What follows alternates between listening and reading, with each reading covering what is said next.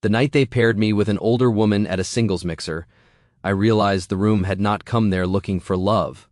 It had come there looking for proof.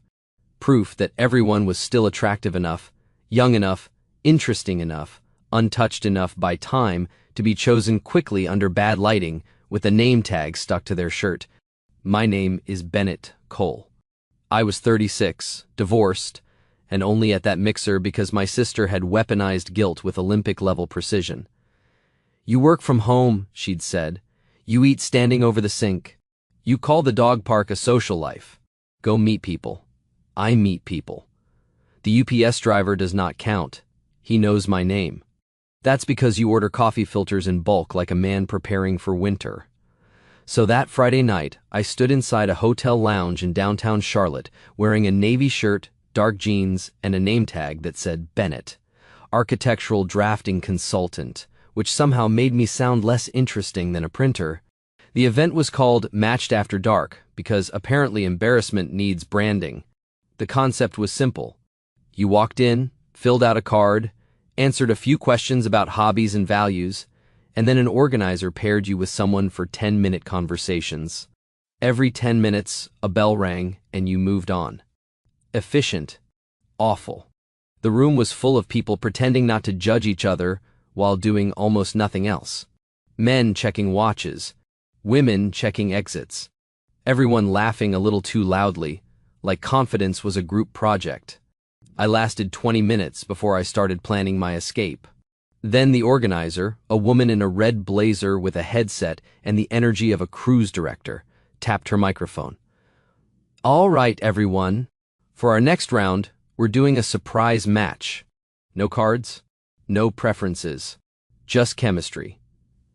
That got groans, applause, and one man near the bar saying, "Dangerous," like he was auditioning for a cologne commercial. I was assigned to table 7. When I got there, she was already seated. And the room noticed before I did. That was the first thing I registered. Not her age, not her face, not her dress. The room. That little ripple of attention people try to hide when they think something has become interesting for the wrong reason. She was older than me, mid-40s, maybe, late 40s. It was hard to tell because she carried herself with the kind of calm that makes age feel less like a number and more like rank. She had dark auburn hair swept loosely over one shoulder, fine lines at the corners of her eyes, a black dress that fit her simply and well, and a glass of water untouched in front of her. Her name tag said, Vivian, gallery owner. She looked up at me as I approached. Not nervous, amused maybe, but guarded underneath it, like she had already understood what kind of little experiment the room thought it was watching. Bennett, she said, reading my name tag. You look like you've just been sentenced. I pulled out the chair across from her. That depends. Are you the punishment or the jury? One corner of her mouth lifted. Neither. I'm apparently the twist. That line was so clean, I laughed before I could stop myself. Good laugh, too. Real. A few people nearby looked over. Vivian noticed that, too. Of course she did. The bell hadn't even started our 10 minutes yet, and I already understood she was sharper than most of the people in the room. I should warn you, I said, sitting down. I'm terrible at mixers. Good, she replied. People who are good at these events concern me. Because they practice? Because they enjoy being evaluated in fluorescent intimacy. I stared at her. Then I laughed again. The second time, the guy at the next table actually stopped talking to his date for half a second. Vivian's eyes flicked toward him, then back to me. Careful, she said softly. You're making this look accidental. What? Enjoying yourself. There was no bitterness in her voice. That made it worse. The bell rang. 10 minutes began. The organizer passed by our table with a smile a little too bright. You two have fun. Vivian watched her go, then looked at me. That woman hates subtlety. She runs singles mixers at hotels. Subtlety probably resigned. That got the first real smile out of her. And I'm not saying the whole room changed when she smiled. I'm saying mine did. For the next few minutes, we talked about work. Her gallery was small, independent, and focused mostly on regional painters and photographers. Mine involved restoring old building plans, adaptive reuse projects, and convincing developers that historic trim was not an enemy combatant. That's surprisingly romantic, she said. Old window frames? Keeping something from being erased. I looked at her then. Really looked. Not because she had said something flattering, because she had understood something most people missed. Before I could answer, a laugh came from the bar, not loud enough to be openly cruel, just loud enough to be heard. The cologne commercial guy was talking to two other men, and one of them glanced at Vivian before whispering something. Then, all three looked at me. One mouthed dramatically, "Good luck." I saw Vivian see it. Her expression didn't change much, but her hand moved once around the stem of her water glass. There are moments in a room when everyone expects you to choose a side without admitting there are sides. This was one of them. I could have ignored it. That would have been easy. I could have given Vivian a polite smile, survived the 10 minutes, and left with the same quiet cowardice most people mistake for manners. Instead, I stood. Vivian's eyes lifted to mine. The room noticed again. The organizer looked over from across the lounge. I picked up my chair, carried it around the small table, and set it beside Vivian instead of across from her, close enough that everyone could see exactly what I was doing. Not touching her, not performing romance, just choosing the seat next to her. Then I sat down, turned toward the men at the bar and said calmly, "You'll have to speak up. We can't hear the joke from here." The room went silent, completely silent. The man who mouthed "good luck" suddenly became fascinated by his drink. Vivian did not look at them. She looked at me, and for the first time all night, the guarded amusement in her face slipped into something warmer, something surprised. "You didn't have to do that," she said quietly. "I know." "Then why did you?" I looked at her water glass, her name tag, the room pretending it had not been caught enjoying something ugly. Then I looked back at her. "Because they thought pairing me with you was the joke," I said.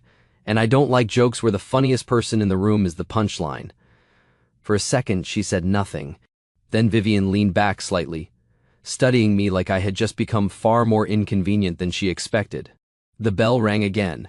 Round over, nobody moved. And Vivian, still looking at me, asked softly, "Bennett, are you always this dangerous to shallow rooms? I should clarify something." I did not move my chair beside Vivian because I thought I was saving her. That would have been insulting in a different outfit. I moved because I was tired of sitting in rooms where cruelty wore cologne and called itself confidence. Vivian kept her eyes on me for a second, after asking whether I was always dangerous to shallow rooms. Then she looked toward the bar, where the three men had suddenly discovered that their drinks required deep study. "I have to admit," she said, "that was efficient. I try not to waste public embarrassment. Yours or theirs. Depends who earns it." That got another smile from her, but this one had a warning inside it. "You should be careful," she said. "With them? With yourself." Her voice stayed light, but her eyes sharpened. "Men sometimes do one decent thing in a bad room and mistake themselves for heroes." That landed good. I liked that she did not hand out gratitude just because I had performed basic character. "You're right," I said. That seemed to surprise her more than the chair move. "I am?" "Yes." She tilted her head. That was quick. I don't need a committee to know when someone says something true. Vivian studied me then, as if deciding whether I was charming by accident or dangerous on purpose. The organizer appeared beside our table before she could decide. Red blazer, bright smile, panic behind the eyes. "All right," she said, clapping once too softly. "Time to rotate." I looked up at her. "I'm good here." Her smile tightened.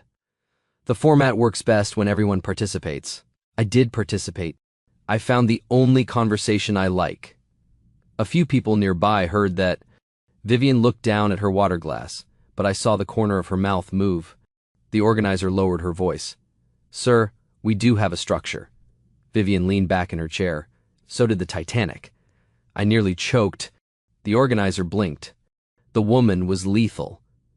"I'm sorry," Vivian said politely. "That was unkind to ships." This time, I did laugh. Fully. The room heard it again. But now, it didn't matter. Something had shifted.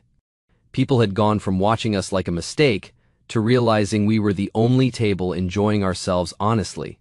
The organizer drifted away, wounded but professional. Vivian turned to me. You realize you've ruined the algorithm. I didn't know romance had one. This version does age bracket, income range, fitness level, number of acceptable travel photos. She glanced around the room. Apparently the heart wants mild compatibility and a decent LinkedIn photo. That explains why mine's failing.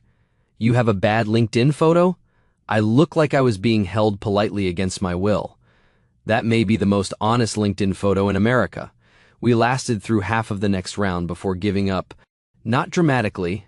We didn't storm out. We simply stood at the same time, which somehow felt more suspicious. The organizer saw us leaving and tried one last time. Vivian, Bennett, are you sure? The final round includes preference cards. Vivian picked up her coat. I think I've had enough democracy for one evening. I opened the door for her, not as a performance, because it was there. Outside, the hotel lobby was cooler and quieter, all marble floors and expensive plants nobody was allowed to touch. Vivian walked beside me without speaking until we reached a small seating area near the windows. Then she stopped. Why are you really leaving? She asked. I looked at her. Because I want to talk to you somewhere people aren't taking mental attendance. No. Her eyes held mine. Why are you leaving with me? There was no flirtation in the question. Not really. It was a test of precision. So I didn't give her a polished answer. Because you're the first person tonight who made me forget I was trying to survive the evening. Her expression changed. Not softened exactly, but something in it quieted. That's a better answer than I expected, she said. I also have worse ones if you prefer balance. Later, we walked 2 blocks to a small bar attached to an old theater. Not loud, not trendy, just dim lights, a long wooden counter, and jazz playing low enough that nobody had to shout. Vivian chose a booth near the back. The server came by. She ordered sparkling water with lime. I ordered black coffee because apparently my idea of nightlife had become a diner with better furniture. She noticed. Coffee at a bar? I'm divorced. My rebellion has limits. That made her smile into her water. There it is, she said. What? The reason you look like you were waiting for the fire exit. I laughed once. That obvious? To me, I wasn't sure whether I liked how she said that. I did. That was the problem. My sister made me go, I said. She believes my post-divorce life has become too quiet. Has it? Yes. No hesitation. I've been accused of over-editing my own feelings. I'm trying a new system. What system? Answer before I can make it sound better. Vivian looked at me for a long second. Then she said, That sounds dangerous.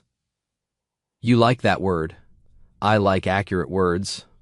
Fair. The server brought our drinks. Vivian squeezed lime into her water slowly, buying time or giving it to me. I couldn't tell which. Then she said, My friend bought my ticket. To the mixer? Yes. She told me it was elegant, curated, and age-inclusive. Vivian's smile turned dry, which, translated from hopeful friend, meant I would be the oldest woman in a room full of people pretending not to notice. You almost left. Yes. When? When the organizer looked at me and said, Don't worry, we have someone open-minded for you. My hand tightened around my coffee cup. Vivian saw it. Careful, she said again, but softer this time. Don't turn angry on my behalf if it makes you stop listening. That line was so good it annoyed me. So I listened. She looked down at her glass. I'm not ashamed of being older than you, Bennett. I'm not ashamed of my face, my life, my history, or the fact that I don't look like I did at 28. Her eyes lifted to mine. But I am tired of rooms acting like a woman past 40 is either invisible or brave for showing up. That one stayed in the air. I didn't rush to fill it. Eventually I said, For what it's worth, I noticed you before I noticed the room. Her expression flickered. You're good at that, she said. What? Saying something that almost sounds like a line, then making it too specific to dismiss. I can make it worse. Please don't. I noticed your water first. That got a laugh out of her. My water? You hadn't touched it. Everyone else was drinking like social anxiety had a 2-item minimum. You were just sitting there, perfectly still, like you'd already solved the room and disliked the answer. Vivian looked at me then in a way that made my coffee feel suddenly unnecessary. That, she said quietly, is exactly what happened. And for the first time all night, the age difference stopped feeling like the room's judgment and started feeling like the least interesting thing about her. Then her phone lit up on the table. She glanced at it. Her face changed. I didn't ask. She turned the screen slightly toward me anyway. A text from someone named Marissa. Please tell me you didn't leave with the younger guy. People are talking. Vivian stared at it. Then she laughed once, but there was no humor in it. I looked at the message, then at her, and before I could stop myself, I said, "Let them." Her eyes lifted, not amused this time, interested. "Bennett," she said, "that is either confidence or trouble." I held her gaze. Maybe both. I should have known better than to say maybe both to a woman like Vivian Vale. She didn't blush. She didn't giggle. She simply watched me across the booth with that calm, assessing expression, as if I had handed her an interesting object and she was deciding whether it belonged in a gallery or in evidence. Then she set her phone face down. "Trouble usually sounds better before it costs anything," she said. "That sounds like experience." "It is." I didn't rush to answer. That was one thing I was learning about her quickly. Vivian didn't reward fast responses unless they were honest. Anything too polished seemed to bore her. So I leaned back and said, "My divorce taught me that avoiding trouble doesn't guarantee peace." Her expression shifted. Not sympathy. Recognition. "That is unfortunately true." The bar hummed around us. Low music, glasses, a couple laughing near the door.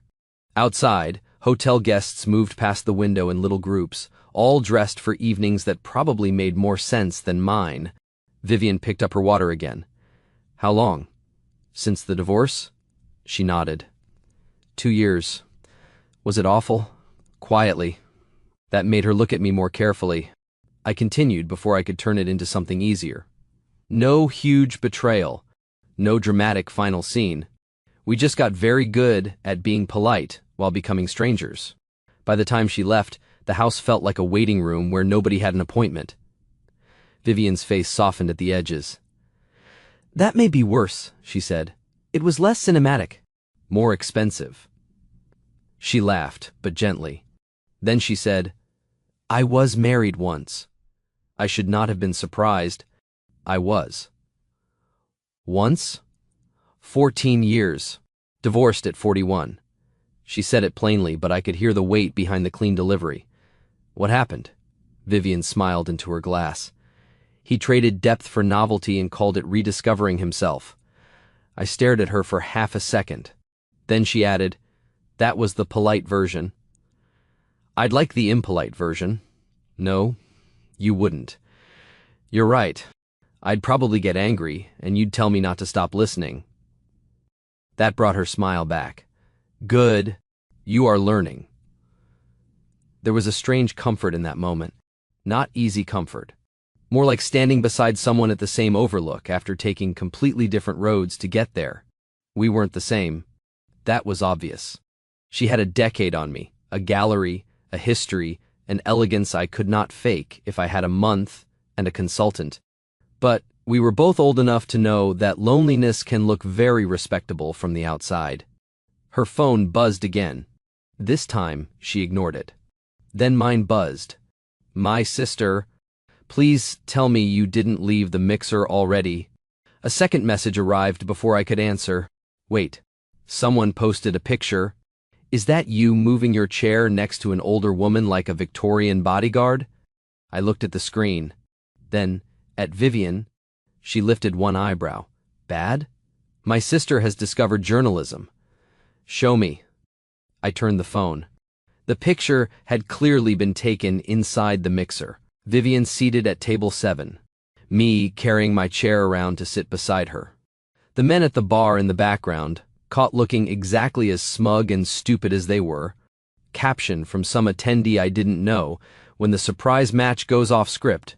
Vivian stared at it. For 1 second, she looked amused. Then she looked tired. "That's fast," she said. "I can ask my sister who posted it." "No," she handed the phone back. "Don't." "Vivian, no." Her voice stayed calm, but something in it sharpened. "I spent enough years letting rooms decide what version of me they wanted to circulate afterward.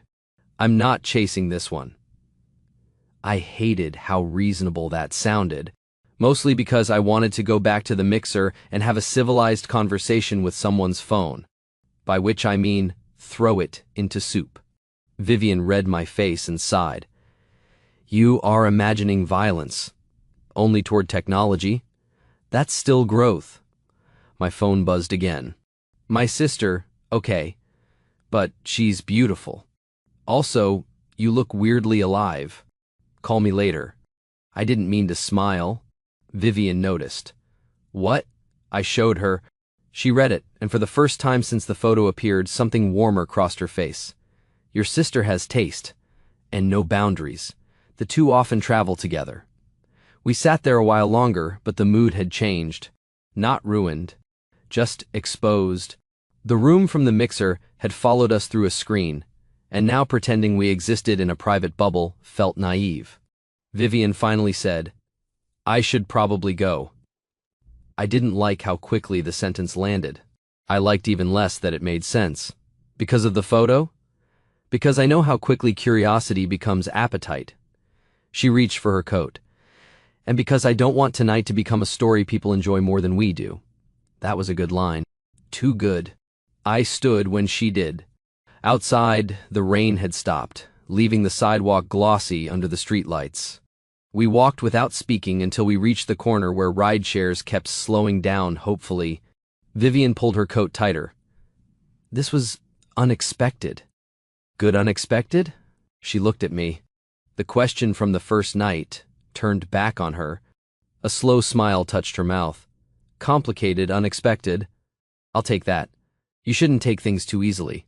I don't think anything about you is easy. That made her quiet. Not offended, just caught. Then she said, "My gallery is 2 blocks from here." I looked down the street, then back at her. "You inviting me?" I'm deciding whether I'm brave or foolish. Those often share office space. Her eyes narrowed.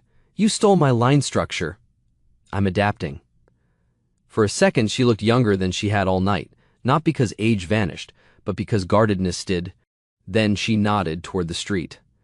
"Come on, Bennett," before I regained judgment. The gallery sat between a closed tailor and a wine shop, its front window dark except for one low security light. Inside, the space smelled faintly of wood floors, paint, and expensive silence. Vivian turned on a few lamps. The room came alive slowly. Paintings along white walls, photographs in black frames, a long table with catalogs stacked neatly, a half-finished glass of water near a laptop. "This is yours?" I asked. "Yes." It should have intimidated me. Instead, it made sense of her. Not the polished part. The patient part. The way she looked at people like she was deciding what they were trying not to show. She stopped in front of a large painting near the back wall. A woman seated by a window, face turned away, one hand resting on the glass. "This is my favorite," she said.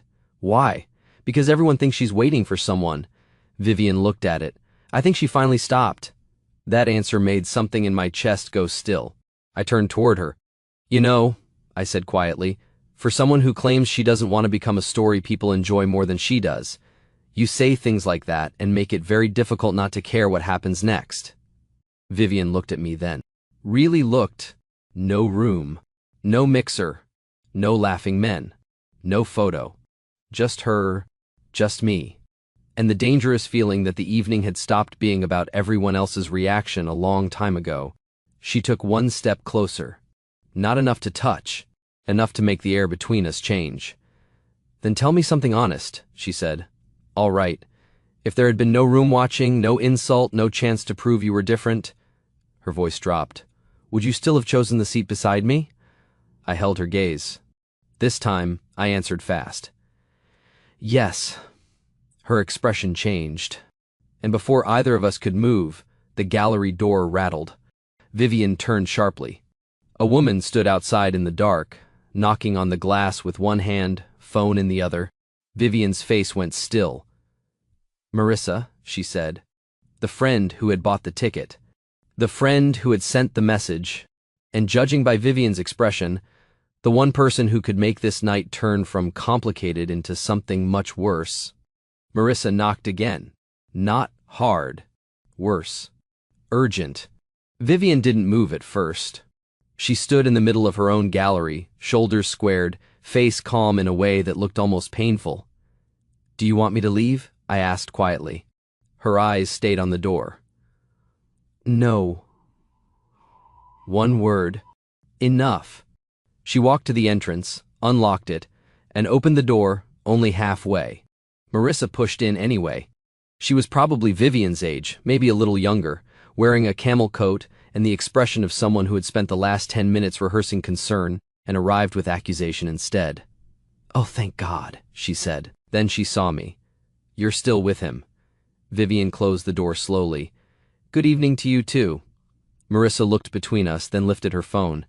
"Do you know people are sharing that picture?" "Yes." "And you left with him?" Vivian's face didn't change. "I was there when I left. That's not funny. It wasn't intended to be." Marissa turned to me then, and I could see the calculation happen. Younger man. Mixer. Viral-ish photo. Gallery after hours. A story she had already decided was dangerous before asking one useful question. "Bennett, right?" she said. "Yes. I'm sure you're having a very interesting night, but Vivian has had enough people treat her like a novelty." That hit the room sharply. Vivian's eyes narrowed. "Marissa." "No," Marissa said, still looking at me. "I'm sorry, but I'm not going to stand around while some man from a singles mixer gets a thrill out of being seen as open-minded." The gallery went very quiet. I should have gotten angry. I almost did. But Vivian had already told me twice not to turn anger on her behalf into something that stopped me from listening. So I said, "That would bother me too." Marissa blinked. Clearly not the answer she wanted. I went on, "But if you're worried I'm using her to look decent, you should ask her what happened instead of walking into her gallery and making another decision for her." Vivian looked at me then, not gratefully.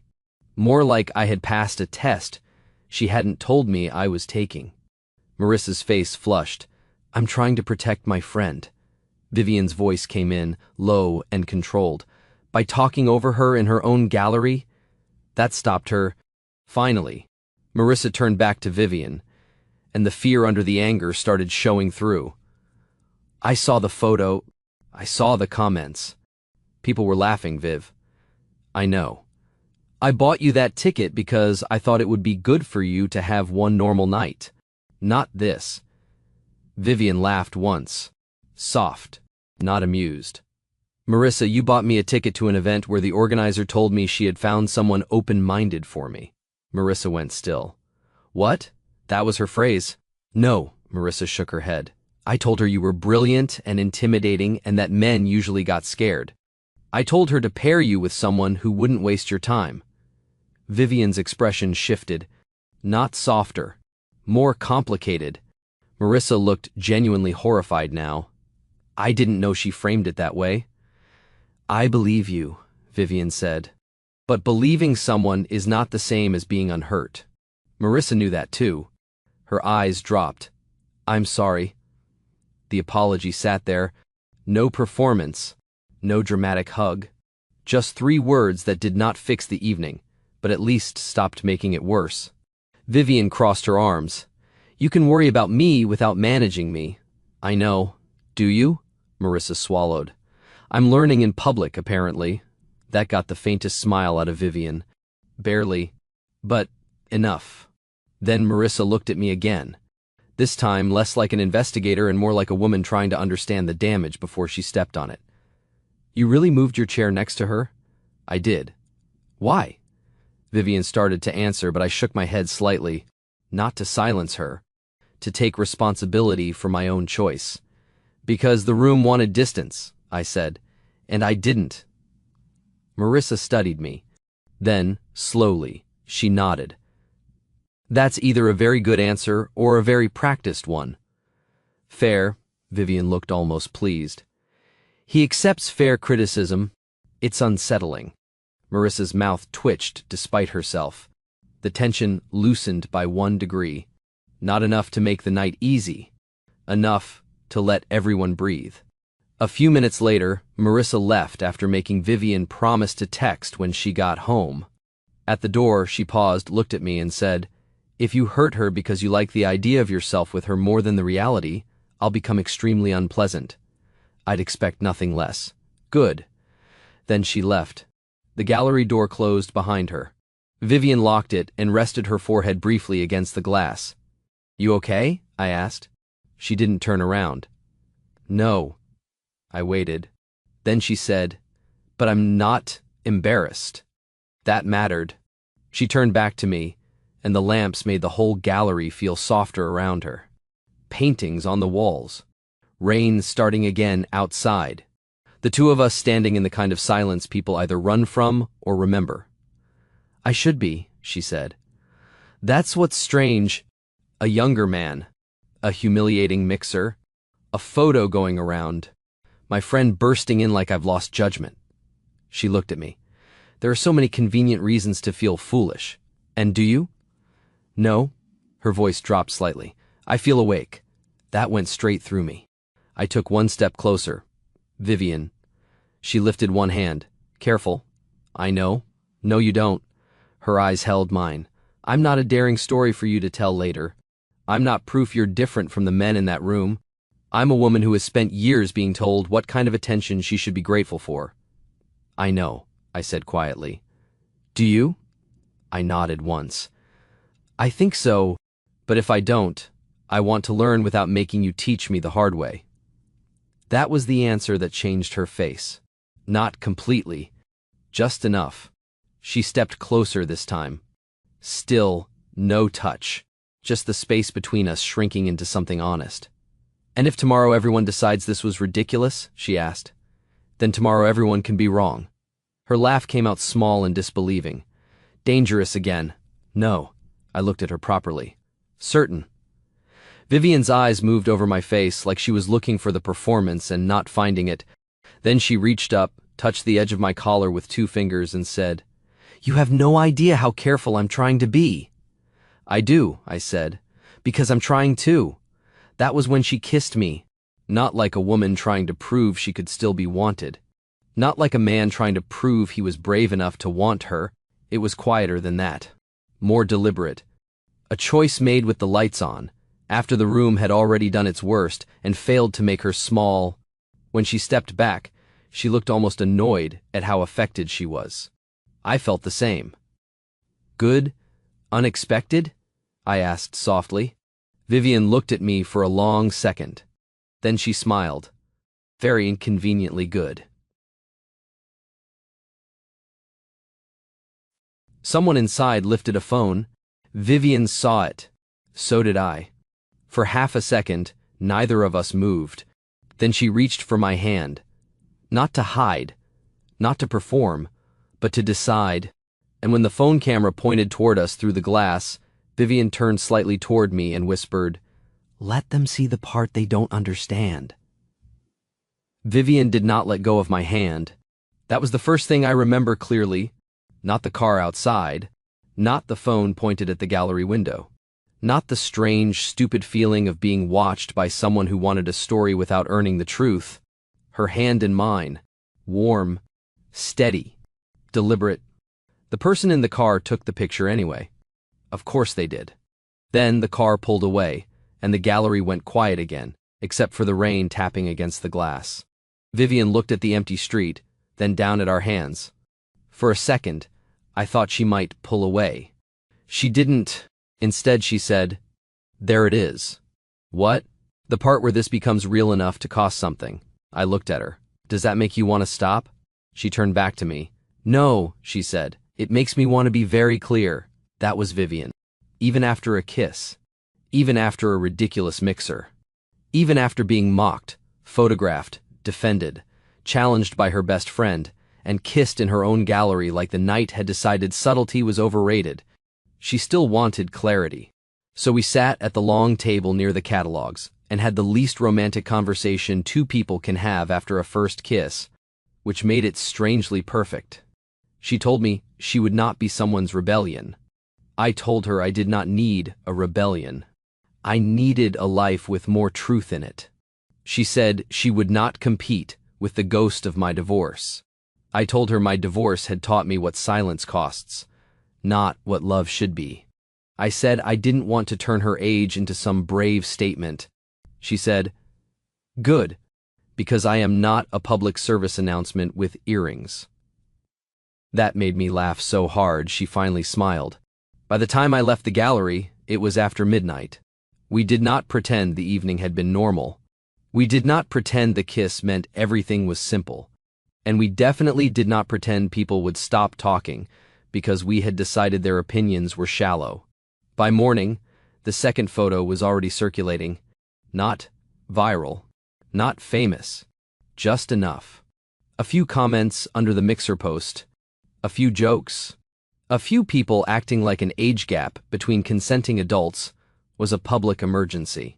One man wrote, "Bro really took the cougar bait," which told me everything I needed to know about his loneliness and vocabulary. I expected Vivian to retreat. She didn't. At 11 that morning, her gallery account posted a photo of the painting she had shown me the night before, the woman by the window, the one everyone thought was waiting. Caption, "Not every woman is waiting to be chosen. Some are deciding who gets to stay." No mention of me. No explanation. No apology. That afternoon, she texted me, "Dinner. Thursday. No audience." I wrote back, "Yes." Then another message came through. "And Bennett?" "Yes." "Do not wear the shirt from the Mixer. It looked like you were trying to convince a bank you were emotionally stable." That was when I knew I was in trouble. Thursday became dinner. Dinner became Saturday morning at her gallery while she unpacked a shipment and I pretended not to enjoy being handed tasks. Saturday became a walk through a design market. Then, a Sunday afternoon where she came to my place, met my sister, and somehow within 20 minutes had Lydia laughing so hard she forgot she had planned to interrogate her. After Vivian left, Lydia stood in my kitchen with her arms folded and said, Okay what? She's terrifying." She is not terrifying. She looked at me once and I confessed that I lied about liking yoga. "That sounds like efficiency." Lydia pointed at me. "You look happy." That shut me up. Because I did. Not giddy. Not foolish. Not like a man trying to prove that life after divorce could still surprise him. Happy, in a quieter way. Like a room had opened somewhere inside me and the light was better there. 3 months later, the Mixer photo was old news. But Vivian was not. She was part of my days now in small, specific ways that felt more intimate than drama. She sent me photos of terrible hotel lobby art. I sent her old building details she would either admire or insult. She learned that I made breakfast badly, but consistently. I learned she hated people touching her gallery walls, but would let small children sit on the floor during openings if they were looking at the art seriously. 6 months in, I helped her hang a new exhibition. The main piece was the woman by the window. Except this time, beside it, Vivian had placed a second painting from the same artist. Same woman, then Vivian herself carrying one suitcase and saying, "If this becomes domestic in a boring way, I reserve the right to object."